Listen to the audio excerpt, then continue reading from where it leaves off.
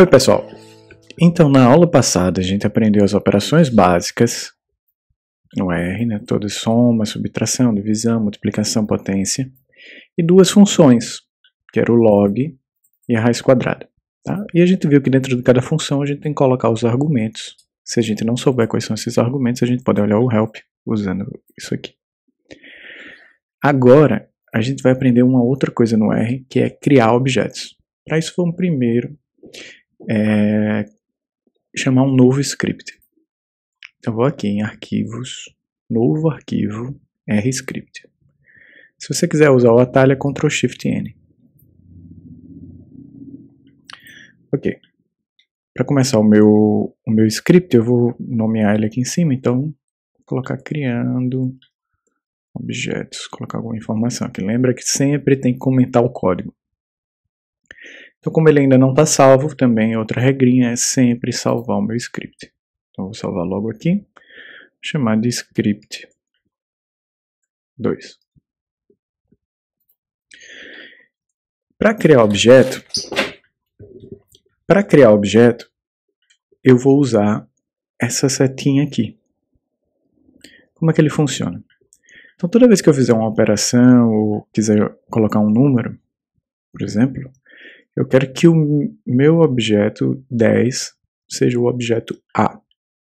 Então eu digo que tudo que tiver do lado direito da setinha vai se chamar agora o que está do lado esquerdo da setinha. Lembrando que quando eu escrevo a linha aqui no script, ela não é executada diretamente. Eu tenho que apertar Ctrl Enter e ela agora foi executada.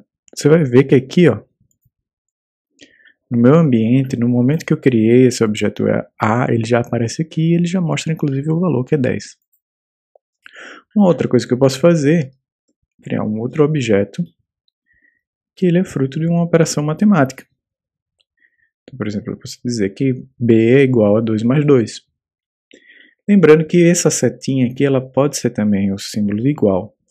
Mas como o símbolo de igual é usado dentro das funções, nos argumentos, como uma questão de boas práticas, não é legal usar o símbolo de igual. Vamos sempre usar a setinha. Tá?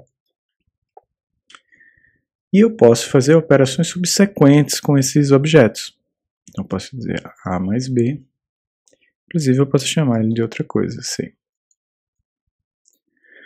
O nome aqui que eu vou dar para o meu objeto pode ser qualquer um. Eu posso botar, por exemplo, diversidade igual a 10. Eu posso colocar um underline. Diversidade da área 2. 10. Enfim, tudo que eu vou salvando, ele vai criando aqui, mesmo que eu apague no script. Você viu que eu apaguei aqui diversidade, mas ele continua salvo. Então sempre que eu chamar aqui diversidade, ó, ele aparece aqui embaixo, porque ele está salvo o objeto. Se eu quiser remover um objeto da minha área, do meu ambiente de trabalho, eu posso usar a função rm. E aí você vê que ele desapareceu aqui. Okay? Certo, uma coisa que eu não posso fazer com o nome dos objetos é começar com um número. Sempre que eu começar com um número, ele vai dar um erro aqui embaixo. Inclusive, o RStudio, dependendo de como você configurou ali suas opções globais, ele já vai te dar um erro aqui, ó. Ele já mostra essa setinha vermelha, ele está dizendo que isso aqui tem alguma coisa errada nessa linha de código. Então, já vou aqui prestar atenção. Outra coisa que eu não posso fazer é ter um espaço no meu nome. Então aqui, outro erro. Tá? O RStudio de novo, ele avisa pra gente já. Também não posso ter nenhum símbolo matemático aqui das operações básicas como o nome, tá? Mas posso usar ponto. Uma outra coisa que você tem que prestar atenção é que eu posso deixar isso aqui junto, assim como eu posso deixar bem separado, que não vai fazer a menor diferença. Mas também, como uma maneira de escrever o código para ficar arrumado e quando você for compartilhar com outras pessoas, vale a pena sempre deixar um espaço entre cada coisa que você vai colocar. Então, espaço entre o símbolo e depois do símbolo, espaço antes e depois da setinha, tá? Isso deixa o nosso código mais organizado e outras pessoas que forem usá-lo conseguem identificar mais rápido, né, o que você está tentando escrever ali naquela linha de código. Tá, então a gente viu agora como é que se cria um objeto. esses objetos que a gente acabou de criar, eles são, vou apagar aqui meu console, eles são de uma classe específica, que é a classe numérica. Como é que eu sei qual é a classe do meu objeto? Posso usar a função class, como ela é uma função, eu abro parênteses, fecho parênteses, dentro do parênteses eu coloco o argumento, então eu posso colocar qualquer um dos objetos que eu criei, pergunta qual é a classe dele. Então, Ctrl Enter, ele vai me dizer que é uma classe numérica. Isso eu posso ver, eu vou ter diversos tipos de objetos no R que não são numéricos. A gente vai poder ter matrizes, vai poder ter data frames, vai poder ter lista de objetos, vai poder ter uma série de objetos específicos de cada um dos pacotes do R, e a gente vai aprendendo isso aos poucos. Tá? Por enquanto, a gente vai usar esses objetos simples, que são apenas um número, e a gente vai realizar operações com eles. À medida que as semanas vão passando, a gente vai deixando essas funções mais complexas. Certo, então vamos fazer um pequeno exercício aqui, para que a gente possa fixar o que a gente acabou de aprender, né? E exemplificar um pouco da vantagem de se poder criar objetos e fazer operações subsequentes com cada um desses objetos. Bem, o exemplo que eu queria trazer para vocês nessa aula é uma das coisas que mais a gente tem usado na área da ecologia nos últimos tempos de pandemia, que é tentar estimar o tamanho populacional dado um crescimento exponencial. Porque muita gente tem estimado, por exemplo, o crescimento da expansão da doença, que tinha um crescimento exponencial, principalmente no início da pandemia. Então vamos lá no livro do A Primary Reef Ecology, do Gotelli, que está lá na biblioteca de vocês, no Moodle. Ele tem essa formulazinha aqui para gente. Tá? O que é isso? Se a gente quer saber o tamanho da população no tempo t, ele vai ser igual a uma taxa de crescimento per capita intrínseca da população elevada ao tempo, multiplicado pelo N0, que é a população inicial. Então vamos fazer esse cálculo. Digamos que a gente saiba qual é o tempo que a gente tem, qual é o N0 e qual é o T. Okay? Então vou colocar aqui um comentário. Exemplo, crescimento exponencial. Certo, então eu preciso identificar qual é o meu N0.